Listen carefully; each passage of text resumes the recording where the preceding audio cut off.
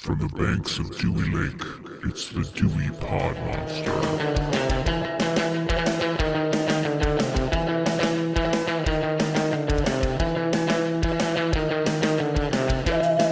The worst of the STDs.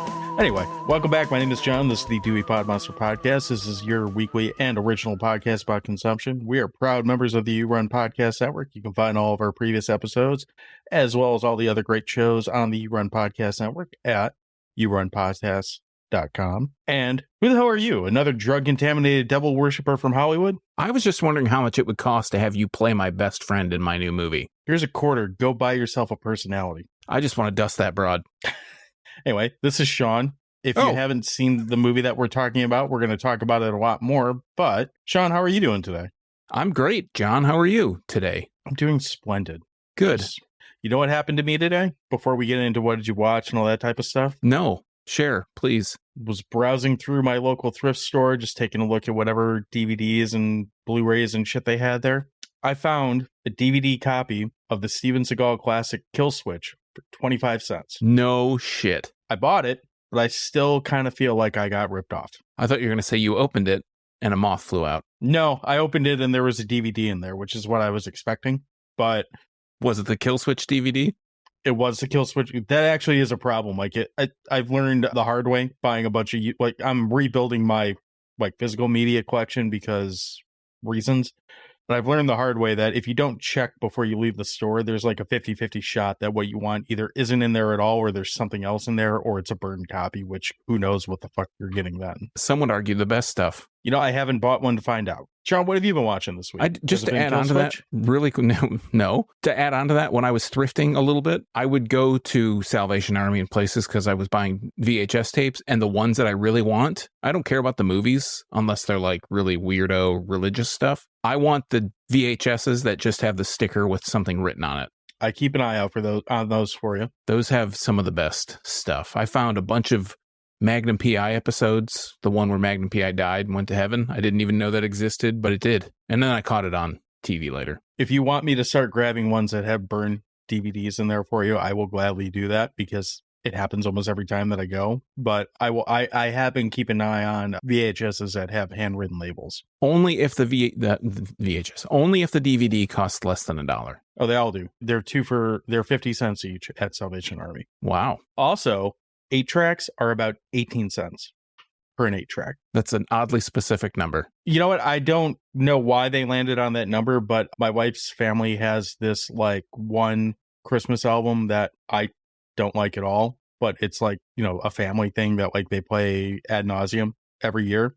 So when I was perusing the store today and they had a copy of it on 8-track, I was like, well, shit, I gotta buy this, right? So I bought an 8-track of this damn horrible, well, I don't like it. I'm whatever. This very old Christmas album. Do they have an 8-track player? No. You just put it in a frame, hang it up. That's not my problem. So true. Very true. All right. So anyways, what have I been watching? Let me tell you all about it. I'll be really brief and quick and to the point, I guess. As close as I can be. I'm already wasting time. So I don't have that many things, so take your time. Oh, well, I don't have that many things either, but I did finally finish, and only because the show's just aired, finally finished season 11 of Alone.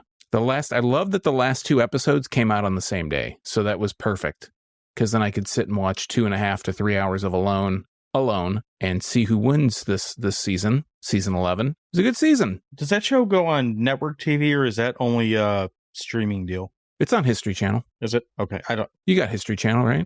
No.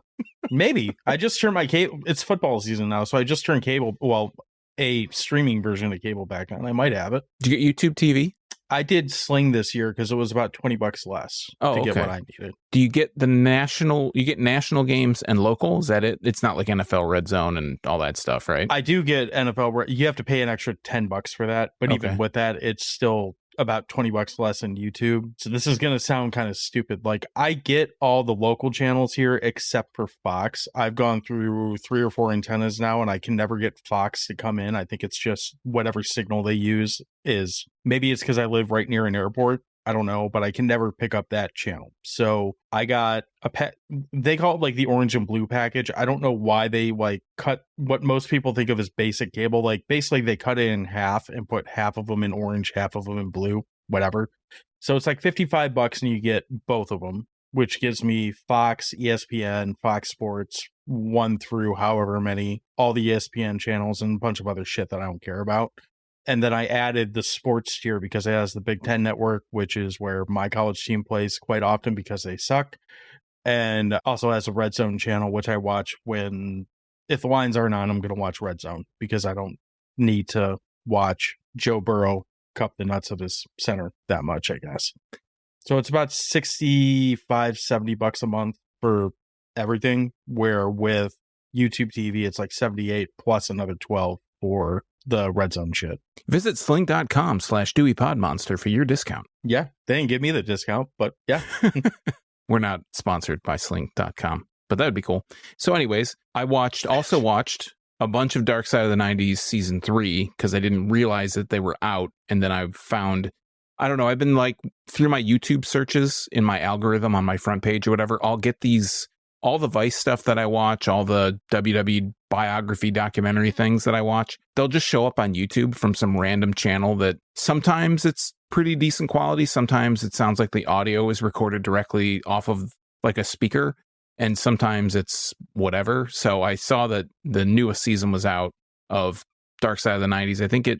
I'm not quite sure if it's done because I didn't give a shit enough to look up when it aired, but it looked like the August 13th, and I think the next episode was supposed to be the 20th, and I didn't see if that one ever aired. So the ones that I watched were, there was an episode about SNL, which was basically, it was a cover for them talking about Chris Farley, which is weird because I feel like they covered a Chris Farley episode earlier, either season 1 or maybe season 2. There's a really good documentary out about Chris Farley too. Is it by his brother? I don't know if it's by him or he's just in it, but yes, it's like 2 hours long and it covers like his whole life. His brother's like narrating it or something like that. Okay. It's good. It's also sad. It's kind of like the Gene Wilder one. Like, this is good, but like this is really depressing because, spoiler, he dies. Chris Farley's kind of one of those guys, like, I can understand if you say you don't like Chris Farley movies, like, fine, whatever, everyone's got an opinion. I don't know how someone can say I hate Chris Farley. Like, that's not a statement that makes sense to me. It's not in your vocabulary. It's like saying you hate the Ramones. Like, I can see how you might not like them, but how you hate them. People have hated things for less. But that one, true. It kind of more focused on Chris Farley and how SNL, the way that they kind of portray it is SNL and Lorne Michaels specifically exploited his addiction, and when he came back to host the show and he kind of let Chris get away with murder.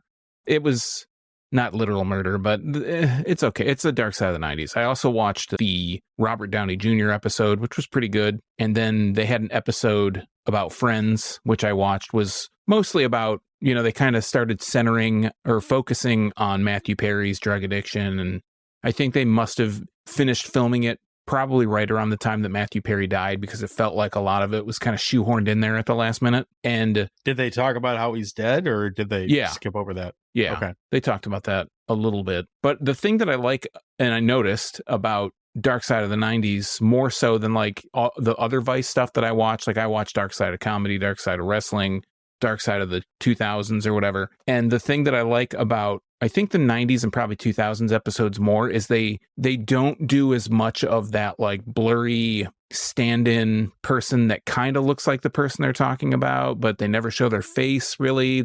Wrestling they have to do because they don't have a lot of that footage, or they don't have that rights to it. But the thing about the 90s and the 2000s versions of this show is they have a lot of stuff that they can just, I don't know if they just pull it off YouTube. Some of it looks like it's pulled from YouTube because it looks like, or they pulled it off of VHS or something they recorded. It's probably a mix of both.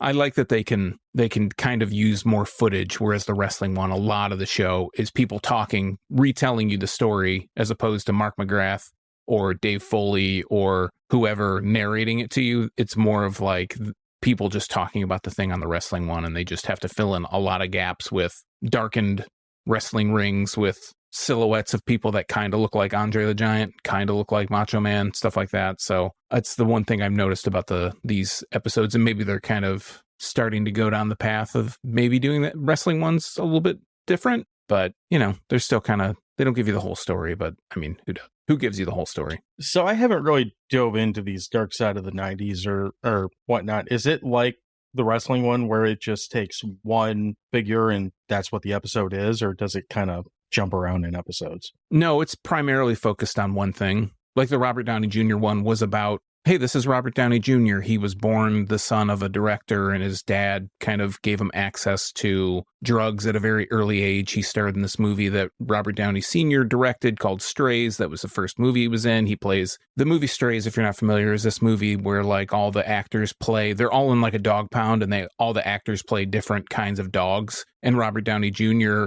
is like 5 years old, and he plays a puppy. And you know, his dad's big into the art scene, so they let him smoke marijuana when he's like 6 years old, and he could just freely drink out of people's glasses and just all this shit. They're really shitty parents to him. And then he gets older and he moves to Hollywood and he becomes this, you know, actor, and then he gets into drug problems. So it's his whole arc is in that story. So that's kind of how those episodes usually go. They focus on one main topic, and that's what they talk about. Sometimes it's a person, sometimes it's an event. I think the first episode, one of the episodes I know has to be about like O.J. Simpson, you know, stuff like the prior seasons. So they kind of focus around one thing that happened in the decade. That sounds like a season 1 topic. Yeah. Because what was that, 94, 95, and maybe 96? Like, that was such a huge, I don't know when that trial ended, but like, that was at least a solid year and a half. Yeah, I want to say it happened in 94, but yeah, it definitely happened in 94. Yeah. Well, actually, maybe 93. The chase was during the Stanley Cup in 94, but I don't know if that was the 94, 95, or 93, 94 season. Because I remember when the chase happened, I was watching the Rangers play whoever, because they were in the Cup for the first time in like forever.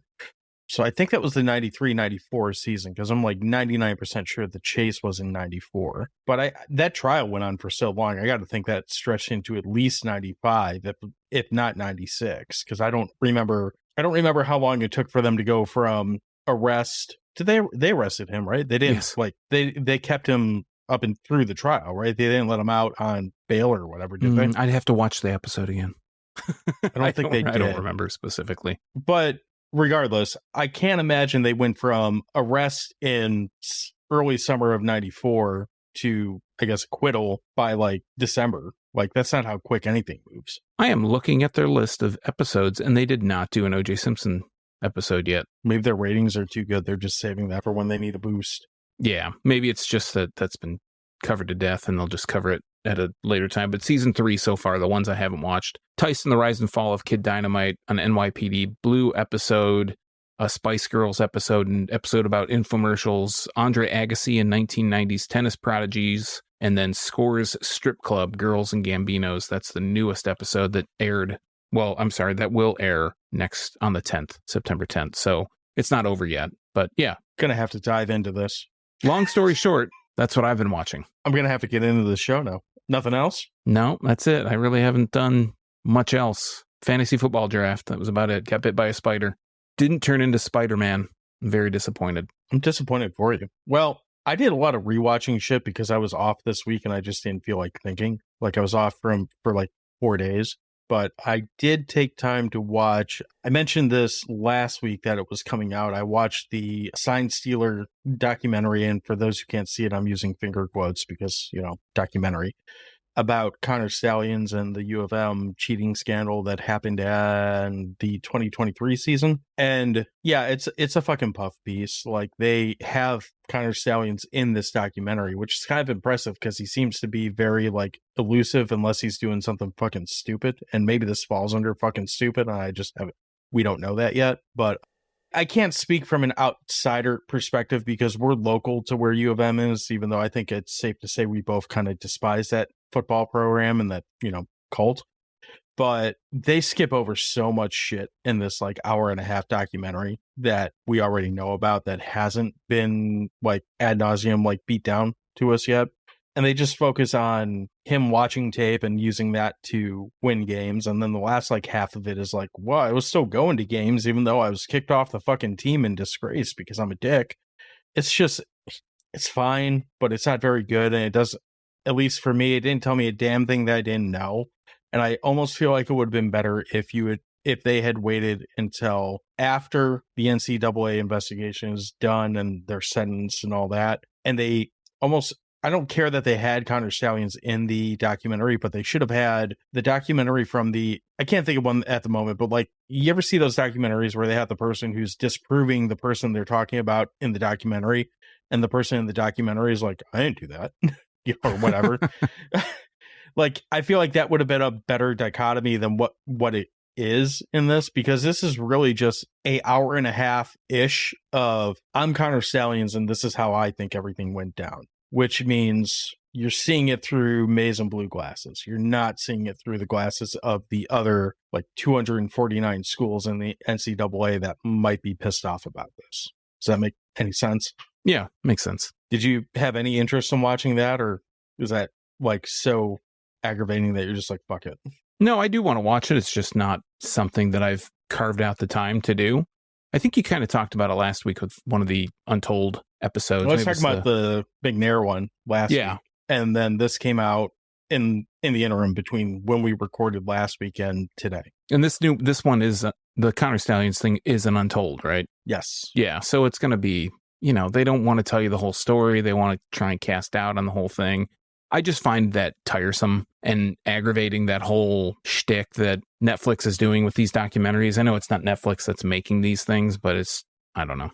I don't know if it is or isn't. I mean, they all pop up there. And I said this last week. It feels like this is more of a content for the sake of, this is like we have a YouTube channel, so I shouldn't say this, but this is like a YouTube channel for the sake of a YouTube channel. Like Connor Stallions is in the news. Clickbait. Like, it's that type of documentary as opposed to actually taking the time to dig a little deeper than what we already know about this story, because there's nothing in this documentary that you don't get from one article on Sports Illustrated. Or again, if you're here, listen to an hour of sports talk radio, you'll probably hear the majority of the story in that time frame, just because that's, how big this story was. So it's just kind of, I guess if you don't know anything about it, watch it and make your own decision. But if you follow college football, you probably are already at least fairly familiar with this story or what happened at Michigan last 3 years.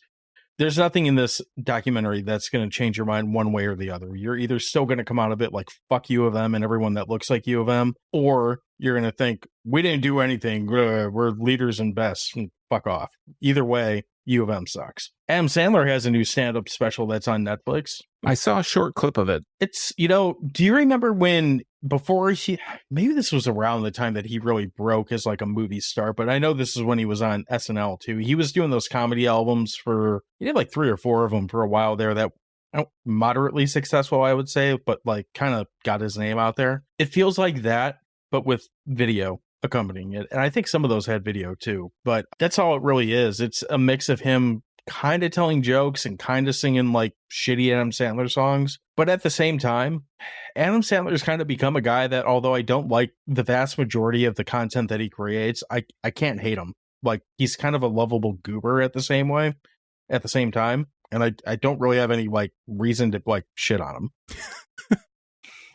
Well, that's good. Yeah. I mean, I don't know if that's a positive or a negative. Like, it's not the best thing. It's not again, it's about an hour and a half long. I don't feel like I wasted my time, but I don't feel like it was. Your life has been enriched by watching this. Yeah, I don't feel that at all. So I got a couple chuckles out of it, and yeah. So that's available. Past that, the only other thing I really watched was Hard Knocks, and I'm not really going to sit on that because there's one more episode that should be out as we're recording right now. So I guess we can wrap up on Hard Knocks next week. Aw. I'm sure everyone listening to this is really sad about that. I watched a bunch of football this weekend. We both talk about Hard Knocks pretty much every episode, and I'm always kind of wondering how much the audience is actually interested in at all in it. I don't know how many of our audiences skip ahead 30 seconds. Skip ahead 30 seconds. Oh, they're still talking about football. All right, whatever. Yeah. Wrestling, shit. Hard Knocks, fuck. Skip. God, I just want to hear about champagne and bullets. Get the fuck off this football shit. Can you blame them? No, I can't. And with that in mind, we're going to go ahead and take a break, and we're going to come back and talk about the movie. Maybe a masterpiece, maybe a disaster. I'm going to figure it out by the time we get to the end of this episode. Champagne and Bullets. Dream drinking champagne and loving you till the break of dawn. Not knowing the sound of bullets will soon be strong. Do you have a soft spot for nostalgia and all things pop culture related? Then you need to check out Video Tasties on YouTube. You can find them at the You Run Podcast Network and also at youtube.com/@videotasties. Video Tasties features theatrical versus extended cut content, as well as retrospectives on TV shows, movies, video game reviews, and throwbacks. Basically, if it's anything from your past that you want to go back and relive, Video Tasties has a video for you that can let you do that. And they're a member of the You Run Podcast Network. You can find them at yourunpodcast.com. As mentioned, this week we're talking about the movie Champagne and Bullets. It is a movie that came out in 1993 and is rated TV-14 somehow. Don't know how the fuck that happened. Just noticed that. And we start with a third-party review, and the whole reason I'm reading this review is because when I read it the first time, this is the first review that came up. It's on Letterboxd, and it made me audibly laugh out loud in my living room, so I'm going to go with this. James gives this movie 1 star, and he says, the most plotless movie I've ever seen in my entire fucking life. I actually don't agree with him, but it made me laugh out loud, so that's why I went with it. Sean, what's this movie about? All right, so for that, we go over to IMDb, where we take a look at the entry for Champagne and Bullets. And just to note, this movie is also known as Road to Revenge and Get Even. So what we're going to be talking about... But Get Even is one word. Yes, Get Even. So what we're going to talk about here is Champagne and Bullets, and this is the first... The difference between the three, just really quick, before I read the IMDb thing. Champagne and Bullets is the first version of the movie, and basically it's the long version. It's the hour and 40 some odd minute version. Road to Revenge kind of cuts that movie down a little bit. I think they said they cut a few minutes to make it a little bit more concise, to make it a little bit more friendly to distribution, because... I heard they cut a bunch of the sex scenes out. Yeah, and some of the satanic stuff. So then, and if that doesn't pique your interest, you might be dead. And then Get Even is the next version, which is like a little bit updated. The intro is updated. Some of the music, I think, may be redone, and some of the audio might be redone. And what they did is they had to master. It only got released. Get Even only got released. I want to say it only got released on VHS. So the quality isn't as good as Champagne and Bullets. Just wanted to put that out there. For the record, this movie, we did watch the Champagne and Bullets version of this movie. If you're looking for this movie, which I've already been doing since watching it, it is available on a DVD or a Blu-ray that's come out by Vinegar Syndrome. I think that's right. Recently, they only made 4,000 copies, and they go for around $100 on eBay right now. So be looking to spend a couple bucks if you're looking to get a physical copy of this movie. Well, John, I've got good news. It'll be linked in the show notes, but there is a version of Get Even that is on the Internet Archive. You can watch it for free. I just found it right before we started, so it'll be linked in the show notes. Another reason to go to the show notes. So like I was saying, we head over to IMDb. This movie gets 4.1 out of 10 stars. It has 829 ratings, and out of some number, don't know what those numbers are. We head to the storyline and the plot, which we usually do. Again, don't know which one's which, but we go to the one on the top. It says 2 cops are fired after being set up by their corrupt boss, who gets appointed as a judge, but secretly heads a satanic cult. After his wife is killed by the cult, one of the cops is determined to bring the cult down. And then if we head down to the storyline, it says exactly the same thing. There is no written thing by Anonymous or anybody else. Storyline and the plot this week are the exact same according to IMDb. Tagline, will justice win out over evil? ? Sean, I'm going to ask you a very simple question. Who wrote, directed, starred in, and composed all the music for this movie? Well, that would be one John DeHart, who plays Rick Bodie. Who's also a lawyer. He is now a lawyer. And I will also link in the show notes an interview that I found online with him where he kind of talks about how he made the movie, where he was before this a little bit, how he came up with the idea for this movie, and other information.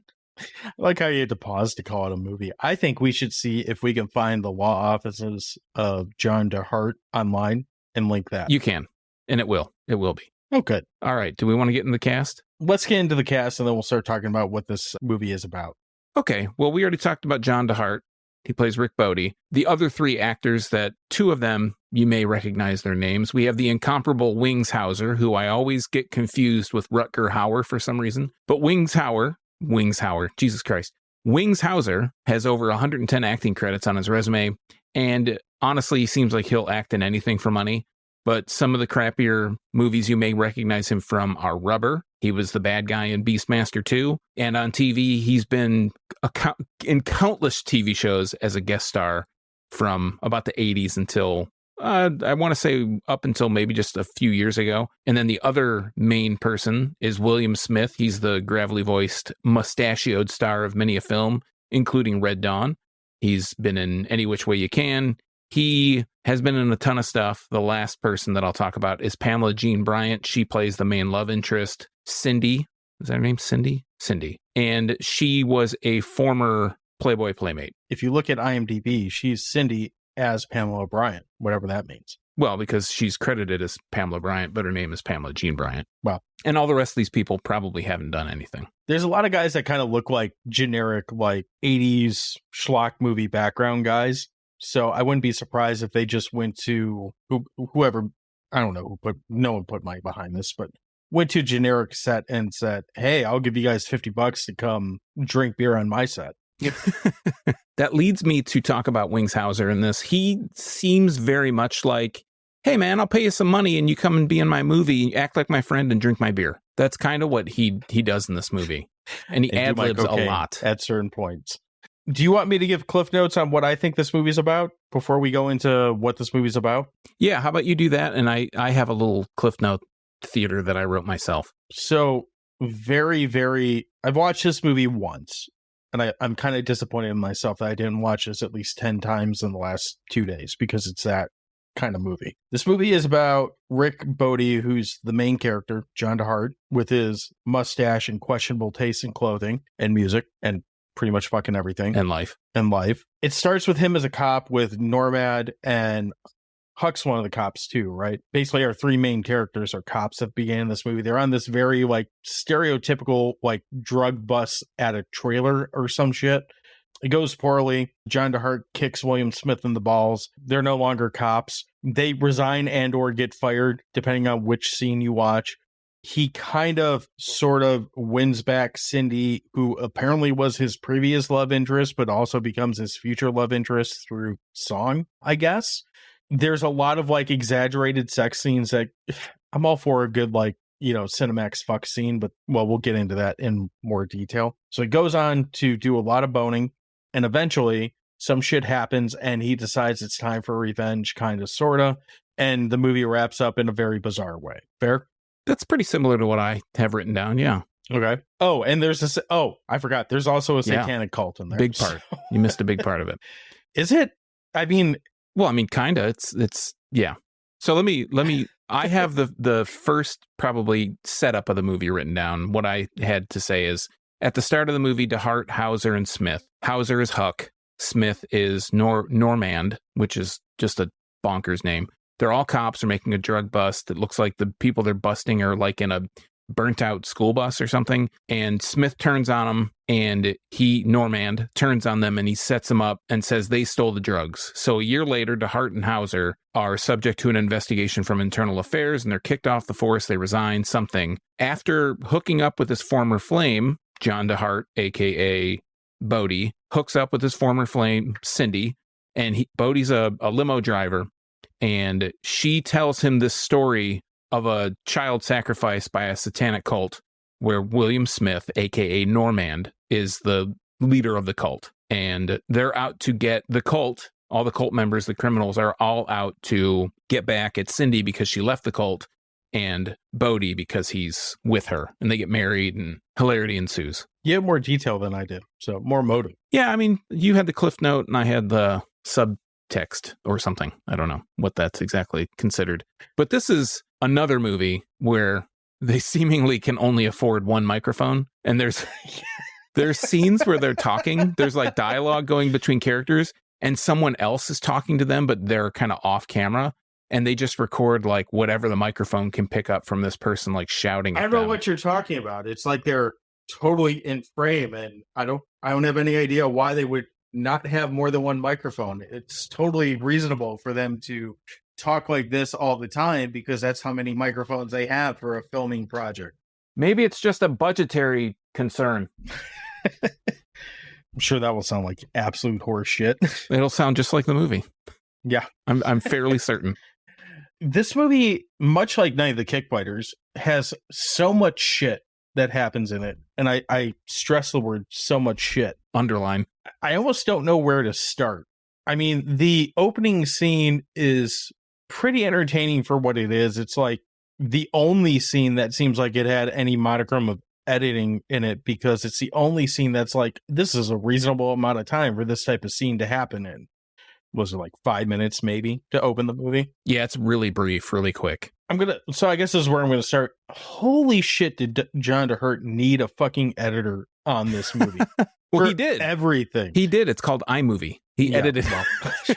It looks like it was all edited in iMovie from like those clamshell MacBooks that look like the purses, you know? I've heard a lot of people like in the research that I did for this, like leading up, call this a vanity project. You think? Do you consider vanity project? Yeah, well, obviously. But do you consider that its own genre? Because if it is, this might be the most god complex vanity project that I've seen in a long time. Yeah, I mean, we haven't gotten into any Neil Breen stuff on this show. But Neil Breen we also is haven't gotten into Tommy Wiseau stuff or any of that type of shit. Very true. And it's funny you bring that up because I feel like this is very much in the vein of Tommy Wiseau's The Room. But I think Tommy Wiseau didn't realize that he was making a comedy. I still haven't seen that movie, by the way. Which we can talk about that eventually. Weird. Yeah. But Tommy Wiseau made that movie in earnest. And it got kind of made fun of a lot. And then he pivoted to try and recapture the magic. So now everything Tommy Wiseau does is kind of, he's trying really hard to be that bad. Whereas I think John DeHart, I think he's so unaware of himself. And clearly. And to kind of piggyback on all that, there is, I don't know where it is. Like, I don't know how you get a hold of it. But one of the versions of Road to Revenge, which is the middle name that this movie goes by, has a commentary by John DeHart, like a director's commentary that plays under. And I think it's on the Vinegar Syndrome Blu-ray because a couple of the like YouTube reviews I watched leading up to this, trying to figure out what I just watched, they all mention the commentary track, which kind of makes me want to spend the money on the Blu-ray because the commentary might be as comical as the movie. I mean, just to kind of put it in perspective, there's a scene in this movie when DeHart is trying to win back Cindy, and he gives this whole like soliloquy about Hamlet's soliloquy from Shakespeare. And the interview that I read with him is basically like the person's really talking him up about, oh, you did this Hamlet soliloquy and it's so whatever. And he's like, oh, I had to cut some of that. It gets really dark and blah, blah, blah, blah. And it's like, I think that whole thing I read 3.5 minutes of it. Yeah. In the movie. The sex scene in the tub lasts 4 or 5 minutes. And it's like it's just shy of 6 minutes. It's like you recorded your regular scene at 60 frames a second, and then you slowed the whole thing down. Like it was a 3-minute scene that they slowed in half to last that 6 minutes. It's a whole slow motion. It's not really sex. I mean, it's simulated sex. But the thing that I think about when I watch this movie is how much money. I think for John DeHart, it was actually sex. Whether anyone else thought it was, different conversation. I just wonder, Pamela Jean Bryant, how much did she have to get paid to get slobbered on by this guy? Like, how much did these actors get paid? I know Wings Hauser, he's not like a top tier actor. He's not like, he's not in blockbuster movies. He kind of makes a lot of movies like this. William Smith had a career at some point. But Pamela Bryant was, I don't know how much like gravitas this pulls now, but she was Playmate of the Month, whatever, in 1 month, whatever year around the time this came out. And I know saying that in 2024 doesn't mean a whole lot of shit, but like there was a period there where being Playmate of the Month kind of meant something. I think she was Playmate of the Month like about 10 years before this movie. My point stands that there was a time in, culture, history, Civilization, where being pop culture, maybe more accurately, where being Playmate of the Month actually had some kind of pull on it. Now, granted, not every Playmate of the Month became Pamela Anderson or Jenny McCarthy or Carmen Electra, but there was a bit of notoriety that came with being like the hottest naked chick in the nudie magazine that month. My point to that is she probably didn't get paid as much as Huck did or as Normat did to do this scene, and she probably had just as much earning potential as anyone else in this movie. Definitely more than John DeHart. True. Yeah, I'm trying to think of I thought I found the year, because I think that Get Even came out in 93. That's what it says on here. But, you know, if we know anything about this kind of movie, who the fuck knows? The initial movie, I think, came out in like 88. So I want to say, I did the math, and I thought Pamela Jean Bryant was 36 at the time that this movie was made. And she was born in 59. So I think it was like 80, that would make it 85. I don't know. My math might I could be look off. it up. Yeah, why would you do that? But what I'm saying is, like, yes, that did carry some cachet in the mid-90s.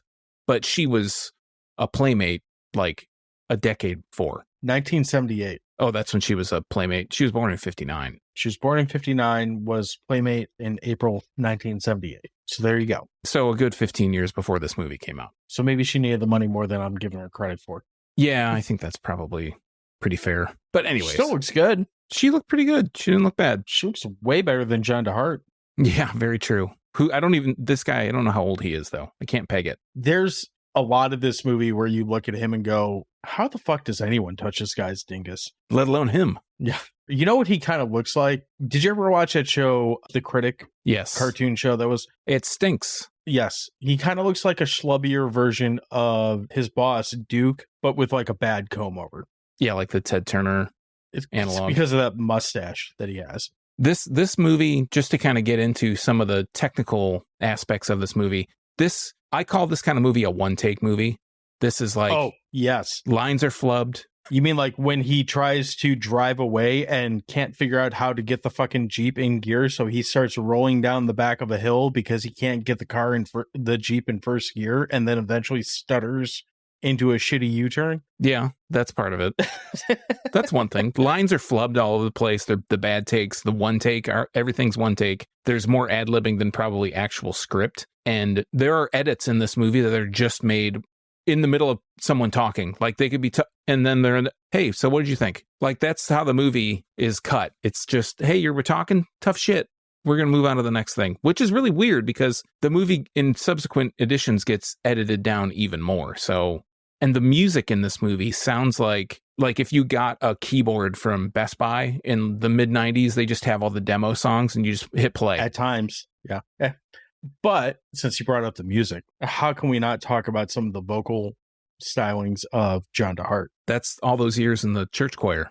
That'll do that for you. I promise whoever's listening to this, we will have posts up, at least one post up on our social media, because I've already put it together, of John DeHart singing the Shimmy Slide or whatever the fuck it is, because this is a song that he sings in a bar, I guess. It looks kind of like a basement where they just shoot it from weird angles. And, you know, usually if you're watching a movie and they're like, oh, this dipshit's going to sing karaoke and that's how he's going to woo the girl. How long do you think the singing goes on for? Like 20, 30 seconds in movie time? Like, it's a full song. He goes on for 5 fucking minutes. Yeah, it's a singing full this track. fucking song.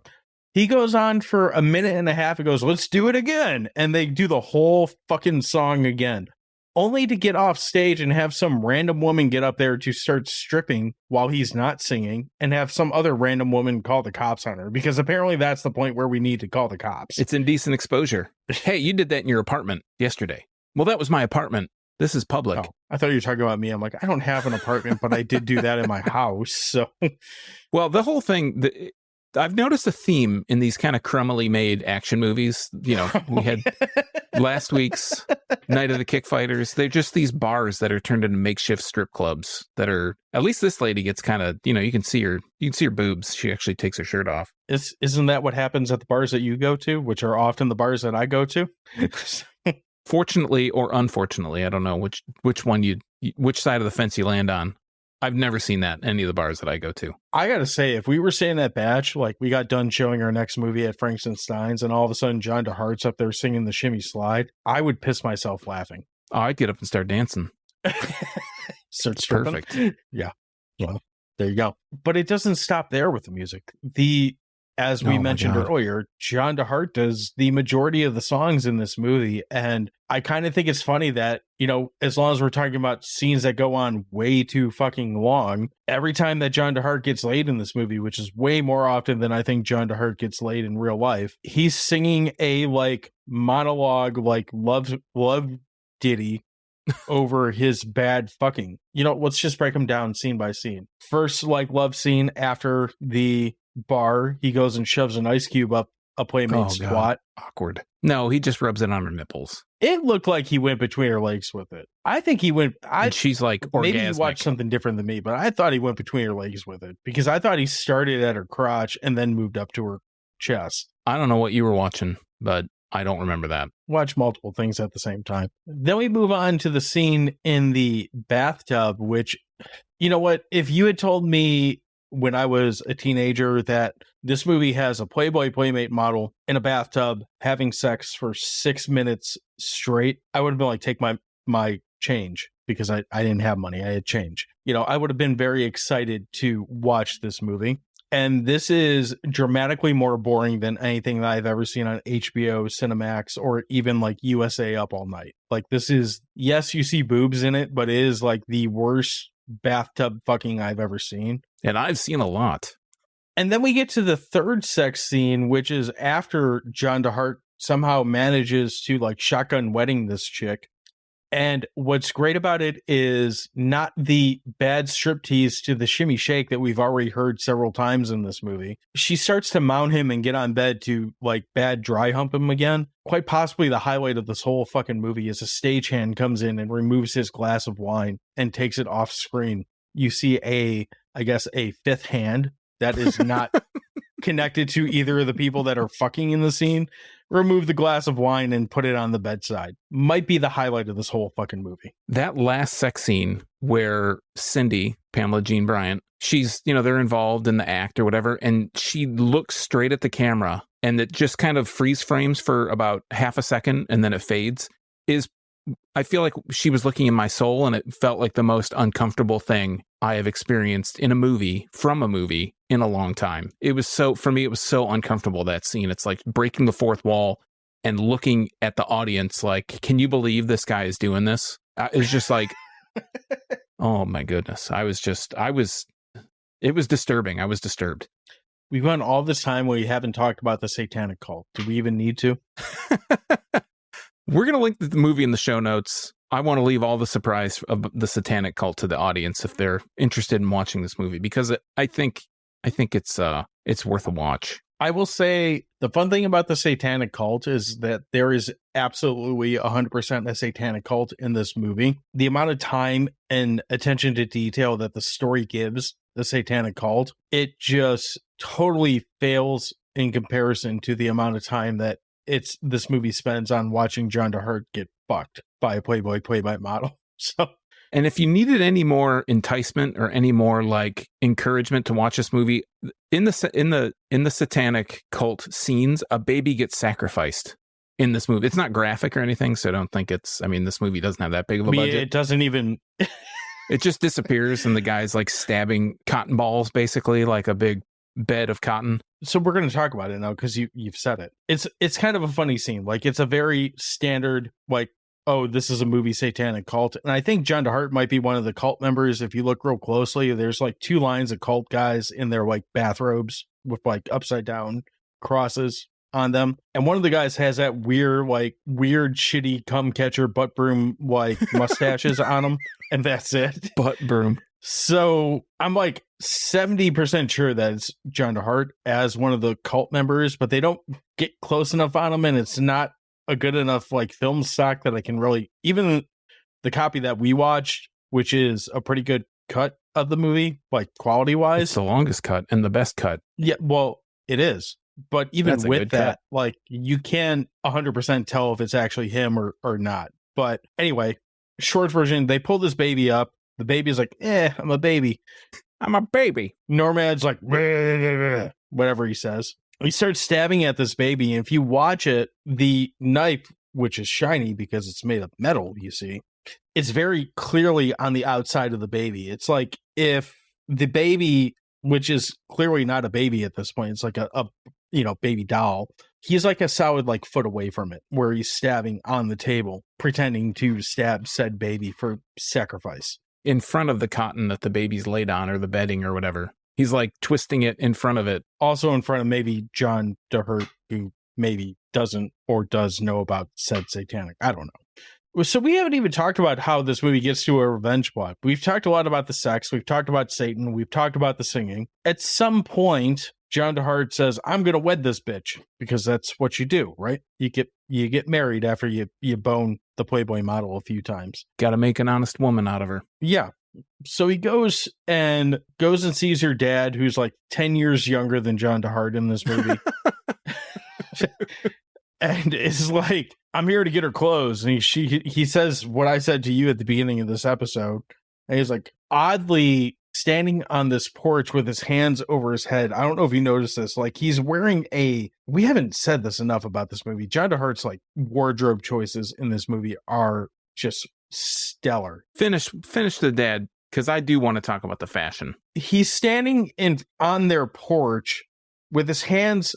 It looks like he's standing like if you had like a crossbar or something you could put your hands on to like rest them on and lean into, but there's nothing there. He's just standing with his hands like over his head as if there's a bar there, even though we know there's not from the shot previously. And Cindy's dad says, oh, you're going to die on the side of the road from a motorcycle accident. The first time I watched this, I'm like, I wonder if that's foreshadowing.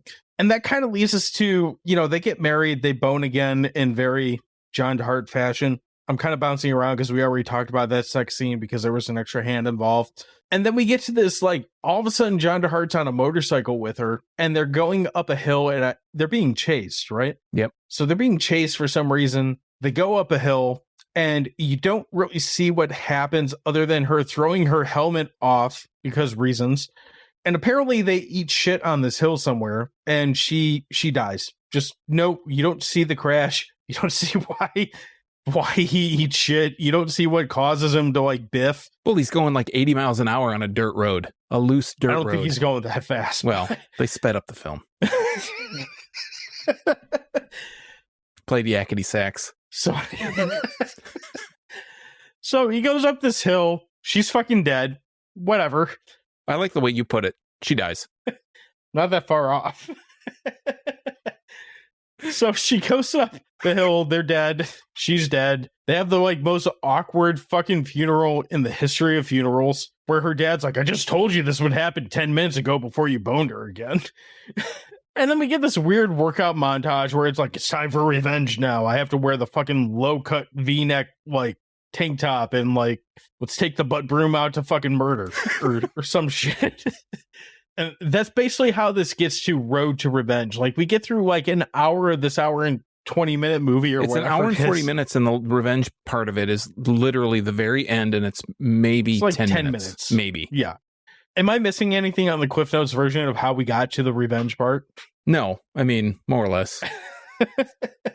So we get to the revenge, and of course, John DeHart knows that Nomad is chasing him around because Nomad. I keep calling him Nomad. That's not his name. It's a shit name. Well, Nomad is an actual word. Normad is not. It's like a combination of Nomad and Normandy. Where the fuck did that come from? Help me out here. What else happens in this shit? The whole end scene is like a hunting scene where DeHart is walking. It's supposed to look like we get another good arrow scene that I love so much. He's supposed to be like walking through some, I don't know, like jungly type area, but you can tell he's just walking through somebody's backyard because there's like a dog barking. A neighbor's dog is just barking in the distance. It's like, what the fuck? And he's just picking off fools with a bow and arrow. The guy on the roof is great because he takes an arrow to the neck and he grabs the arrow and he turns around. He just does this like half gainer off the roof. He's standing guard on a roof with Spanish tiles. Yes. It's not a good idea. As you do. That's almost as bad as the Hulk Hogan movie where the guy, he just climbs up the side of the trellis or whatever. The guy doesn't even notice this like 7 foot tall, 300-pound guy is climbing up the side of the building, and nabs him and flips him off the roof. It's like borderline that good. I'm having too much fun with this shit movie. But yeah, you get a really good arrow kill, which I'm always a fan of, because movies where they use arrows like this never looks good. It just looks fucking stupid. I think I would have liked it more if you just would have said arrows like movies and just stopped your quote at movies, because movies. You can edit this. You can make that however you want to sound. You can make it sound. Yeah, you get that. Then he breaks in, and all of a sudden we're in like a 1985 Cars video where there's this weird hallway and everything is black around the outside. And there's like the worst movie shootout that I can think of. There's also a weird like drug deal gone very comical, where there's possibly the best like death scene with like a point blank shooting that I've ever seen in my life. The best part about the gunplay is that it always helps when you're shooting a gun that you close your eyes when you shoot. Oh, yes. You got to brace. Yeah, and close your eyes. So all this shit wraps up in a matter of like 20 seconds. Apparently, this is where John DeHart decides like, oh, movies need to be edited for time. Fucking I'm done. Like, yeah. So all this shit wraps up like, you know, he goes in this hallway, he shoots a couple dudes. These other cult dudes that we might or might not have saw earlier, I think we did see them earlier, show up. And like, apparently they get dead because reasons. Oh, Huck shows up. Doesn't he show up? He and saves like, the day. Dick or something? He does. Yeah. So Huck shows up after, which, by the way, we skipped over this. Like, the character Huck in this movie, he steals it. He deserves his own short film. Yes. Honestly. At least. Let's just wrap this up because I have a whole Huck thing to talk about. Okay. Back to what I was saying. Huck gets injured and DeHart says, yeah, do that tourniquet thing. And Huck says, yeah, I'll do that tourniquet thing. And he takes his belt off and starts wrapping it around his leg. Like, oh yeah, the tourniquet thing. You know, that thing that we used to do. So anyway, DeHart, whoever the fuck he is, he goes back in and has the final standoff with Normad. And I gotta say, my biggest criticism of this movie is that the final standoff with Normad is way too short for all the like scenes that go on for fucking ever in this movie. The scene with Normad, like the final, like the main boss fight, is like 20 seconds. It's there and done ridiculously quick. It's still funny. It's still entertaining. But I could have watched this bad fighting go on for at least 2 or 3 more minutes and been totally entertained by it. He should have just done the tourniquet thing. You know what? Right around the face. And then we get to the big ending. Spoilers. Do we want to talk about the ending? Or do we want to save that for people who might click on the link? I think that if you're listening to this and this sounds even close to entertaining, you will be entertained 10 times more if you just watch the movie yourself. Let's not spoil the big twist. I mean, that kind of throws a wrench in the entire like premise of this podcast, but I agree. There is a twist ending. What time is it, Sean? Well, I wanted to mention the Wingshauser, how he steals the show. And I think the scene that epitomizes Huck, a.k.a. Wingshauser, to me, is the scene where there's several scenes. He's drunk a lot in the movie. There's times where his wife comes and she accuses him of, like, I don't know, assaulting her, and she rips her blouse and calls the cops and they come. But the scene where he's drunk and he's accusing everyone in the bar, including DeHart, of fucking his wife is absolutely hilarious. And I guess that was all ad-libbed.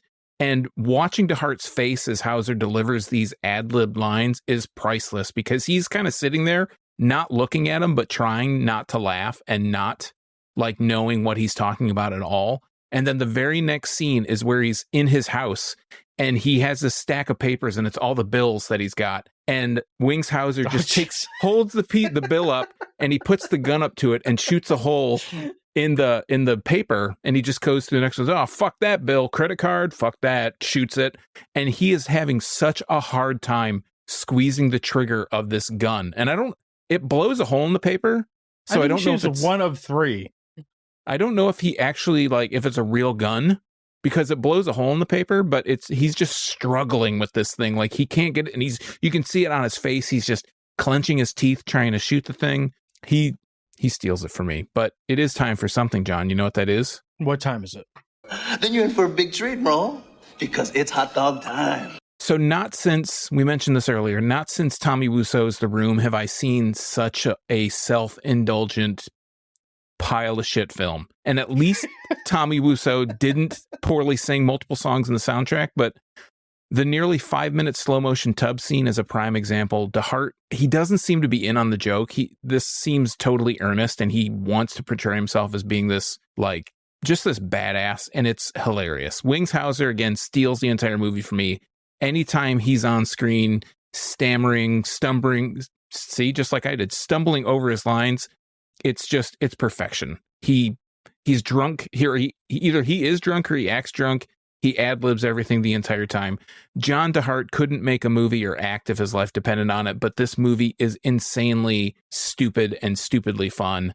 I got to give it 9 Adiosi Bella Lugosi's out of 11 hot dogs. Ah, shit. You stole my outro. Whose hot dog is this, huh? Is it yours? Nah.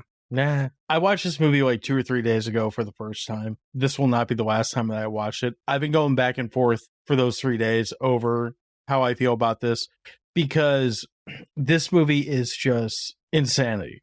Everything about this movie is kind of bad. It's badly shot. It's badly mic'd. It's badly executed. It's badly written. The songs are bad.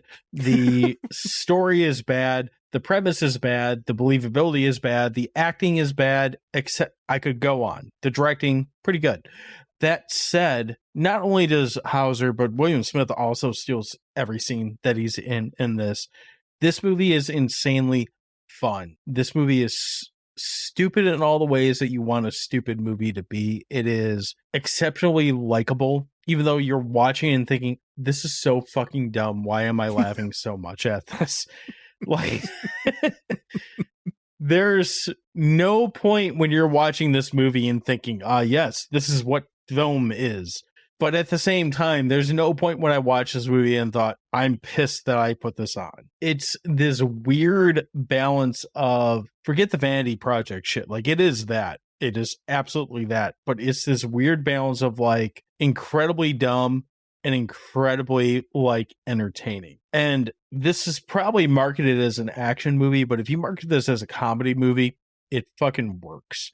And it is just endlessly entertaining. It is painfully, like, dated, especially when you see most of the stuff that John DeHart wears. And we touched on that, and we said we were going to talk about that more, but I'm going to say at this point, you need to see it to believe it, because that's kind of where it is. This movie, just, of all these, like, shitty movies that we've watched, this has been one of the, I don't think I've been this caught off guard and entertained by a movie since whatever the one was with Gene Simmons as a hermaphrodite. Never Too Young to Die. That one. This movie's just fun as shit. And because it's fun as shit, I'm going to give it a solid, like, 7 raging John DeHart boners out of 10 hot dogs, because I can't say this is a good film. The movie we'll talk about next week, I'll probably say is a good film, like, as far as how it's made and how it's produced and all that type of shit. It's not that, but this is a good film in the sense that, like, oh boy, hit the fucking crack pipe, take a couple, like, lines of Coke, drink some beer, you're gonna have some fun. This is the definition of, like, have your buddies over and just laugh at some stupid shit. Like, this is it. It's fucking great. So yeah, it's a hell of a lot of fun. Some of the fashion high points, because I wrote them down. A red, white, and blue velour Levi's tracksuit. The next scene is an all leather black outfit, like black leather parachute pants and a black jacket. The next scene, those same black pants, a brown jacket, a cowboy hat. That's what he sings. Shimmy slide. Shimmy slide. Yeah, slide and shimmy, shimmy in the slide. A few scenes later, it's a purple and white striped polo rugby shirt. It literally says polo rugby on it. He gets married. In the scene that he gets married, he wears a white and blue striped tracksuit. As you do. Fucking amazing. Amazing. As you do. So we're winding down, but we always finish with a question of the week. We didn't have a ton of responses this week, but we did have a question this week. And this week, thanks to ChatGPT, which we might not use next week because it didn't do as good as it did last week. The question was, what movie embodies the characteristics of an action B movie, and how does it stand out within that category? X is where we got the most responses, and we're going to start with Podcast in the Woods, and I'm assuming this is Boomer, but Boomer says, I would say that an action B movie either has to have actors that you've never heard of giving it their all, or washed up former famous actors phoning it in. In addition, minimal effects, generic B movie story, and you've got yourself a recipe for a good time. I would also add stars that haven't hit yet. Our friend Justin over at Pop Culture Reflections Podcast, who is also on You Run Podcast, also Boomer in Podcast in the Woods, You Run Podcast members as well. Justin says, not sure this qualifies as it has substantial budget, but I'd say Barbed Wire has all the qualities of an action B movie, awful one-liners and dialogue, a busty hot chick, and nonsensical action fight scenes, and a ridiculous plot. You know, he's actually right there like that. Although that movie didn't have the budget for, or had more of a budget, that is very much so a B type movie. Yeah, I feel like they went in with A tier aspirations and came out with a B movie. Hey, you know what? We all fuck up the test sometimes. So our friends over at Dissect That Film said any Chuck Norris movie, he stands out because it's that guy who fought Bruce Lee, who eventually became the legend that we know today. His movies are as B action as you can get. I think he's definitely cornered the market on B action movies for sure. Golan Globus, anything Golan Globus, I think fits in that vein too. Well, I saved this response for last. This is over on Instagram, and this is Sam, who's our good friend over at Feature Creatures DTF. And Sam, I honestly feel like this is Sean saying this, but he says 2 words: canon films. Yeah. When I see those 2 words on my screen, I know it's going to be a good damn time. Amen. Sean, do you have anything to add to that? I don't know if you can. I mean, I would say all those are really good answers. And I think I've really been falling into the rabbit hole lately of AIP movies, which are like basically Night of the Kickfighters was an AIP movie. I think it's like Charles Band does. No, I don't know if Charles Band is associated with AIP, but you find a lot of like 80s, 90s movies that are AIP. And whenever they do whenever they do action movies, any movie really, they have these big aspirations to do something and they end up being just phenomenal B movie trash. Like I think Deadly Prey is like the epitome, and I think that's an AIP production. It's just, it's also the image that I used for this question of the week. When I saw that on the question of the week, I was like, perfect use of Deadly Prey. That's a great, Ted Pryor is in all these movies and he's never been in a good movie. Just like that, I used him holding a man's arm while he was like screaming. Very true. I don't really have an answer to add to this. I would say the only thing I want to see out of a B movie is as much comedy as I see action. And it can be unintentional comedy too. It doesn't have to be like on purpose. I think more often than not, it should be unintentional. Yeah, agreed. I think we're wrapping up here. Do you want to add anything to the end of this conversation about John DeHart and his boner and movie called Champagne and Bullets? I really just want to encourage anybody listening to this, go to the show notes, click the link to Get Even, which I'll have linked in the show notes, and watch it. If this sounds remotely interesting to you, of any of the movies that we've talked about, if this movie sounds remotely entertaining, watch it. It's right there. Just an hour and 40 minutes of your time. Just watch it. I'm going to piggyback on that and say, if you like any of the type of bullshit that we talk about, this is the kind of movie that you probably should just click the link and watch it, because it is that ridiculous and that fun. And if you don't like it, I encourage you to give us feedback. Let us know why you didn't like it or why we're idiots. It's very plausible with this particular movie, but you can do that. You can do that in a lot of places. You can do that at our website, which is crap.town. You have all our previous episodes there and a feedback option. You can go to yourunpodcast.com where you can find all of our previous episodes, this episode, and all the other great shows on the You Run Podcast Network. Or you can leave us feedback on social media. We're at Dewey Pod Monster all over the place, every social media network, whatever it is, we're probably on there. It's at Dewey Pod Monster. If we're not on there, go to another social network, find us, and tell us, hey, join this one. I'll do it. So, Sean, what else? If you don't like this movie, ask for your money back. I would also add that if you like the show, rate us, review us on your podcast platform of choice.